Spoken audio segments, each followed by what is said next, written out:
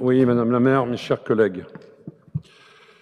Nous nous retrouvons pour ce conseil municipal après une nouvelle période de grande violence due à l'omniprésence et au développement du narcotrafic dans plusieurs de nos quartiers, qui pourrit la vie de leurs habitants, contestant chaque jour les autorités publiques et municipales. Nous nous retrouvons alors qu'un climat de peur étreint les familles, que les parents dans ces quartiers interdisent à leurs enfants de sortir, s'amuser après les cours, par peur des balles perdues. Nous nous retrouvons alors que nous pourrions pleurer la mort d'un enfant et de son père, du salarié du Subway de Villejean et de deux de nos collègues, Nicolas Boucher et Charles Compagnon, ayant vécu dans leur chair le traumatisme de mort imminente. Je veux aussi avoir une pensée sincère pour notre collègue Christophe Fouillère. Quels seraient alors les mots sur les bancs de notre Assemblée? Quels seraient les regrets d'avoir su et de ne pas avoir fait? Le narcotrafic est devenu le combat vital de notre pays et toutes les autorités publiques doivent avoir au cœur de leur action politique le combat contre ces mafias, ces gangs, pour qui une vie humaine ne compte pas. L'État dans ses responsabilités régaliennes, la ville dans des choix politiques forts. Vous aviez 12 ans pour montrer votre volonté de faire de la question de la sécurité une réalité du vivre en intelligence. Vous aviez ce mandat avec une nouvelle adjointe en qui nous fondions de grands espoirs pour agir et montrer que vous aviez pris conscience de la forte dégradation de la vie dans ces quartiers. Vous avez échoué. Il est devenu maintenant indispensable pour notre ville d'ouvrir un temps de respiration démocratique pour que de nouveaux élus engagent de nouvelles politiques sans dogmatisme, sans sectarisme. La nécessité de faire justice et de lutter contre les inégalités ne doit plus être la conséquence, mais l'origine de notre empathie. Car comment imaginer des politiques locales efficaces et utiles sans se dire en premier lieu « vais-je améliorer la vie de mes concitoyens ?»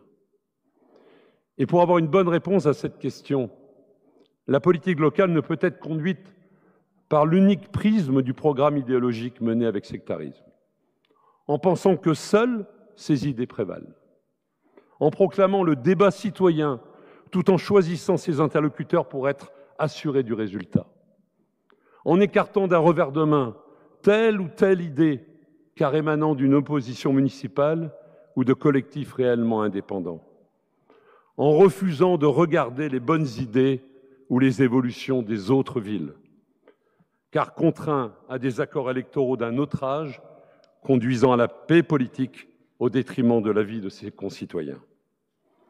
Aujourd'hui, la préoccupation majeure de nos concitoyens désemparés est d'être protégés. Ils sont en quête de tranquillité.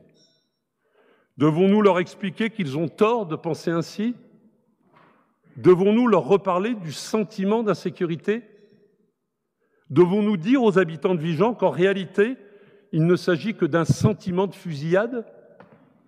La première inquiétude des Français, c'est la montée des crimes et de la violence. 37% des 16-74 ans le disent au regard de la dernière enquête mondiale de l'Ipsos en avril 2025, soit 5 points de plus qu'en avril 2024. Au moment où d'autres pays voient le chômage, l'inflation ou les inégalités sociales être la première source d'inquiétude de leurs concitoyens, la France fait partie, sur les 29 pays concernés par ce panel, des 9 pays qui, pour cette question, est la première des inquiétudes. 5 pays d'Amérique du Sud, Pérou, Chili, Mexique, Argentine et Brésil, là où la violence et le narcotrafic sont venus gangréner les rouages de l'État et des institutions publiques. Un pays d'Europe, la Suède, longtemps vantée pour son modèle scandinave cherchant à marier tous les équilibres, où 61% des citoyens sont inquiets.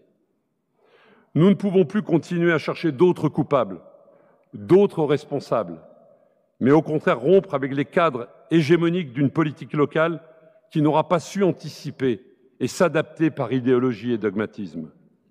Aujourd'hui, 50% des Rennaises et des Rennais interrogés par Elabé dans le baromètre des territoires considèrent que les trafics de drogue perturbent la tranquillité de leur quartier. Aujourd'hui, dans notre cité, nous devons faire le choix de l'essentiel au cœur de l'important. Si on rajoute ça à notre vie, ou si on parle de notre vie, c'est quoi l'essentiel?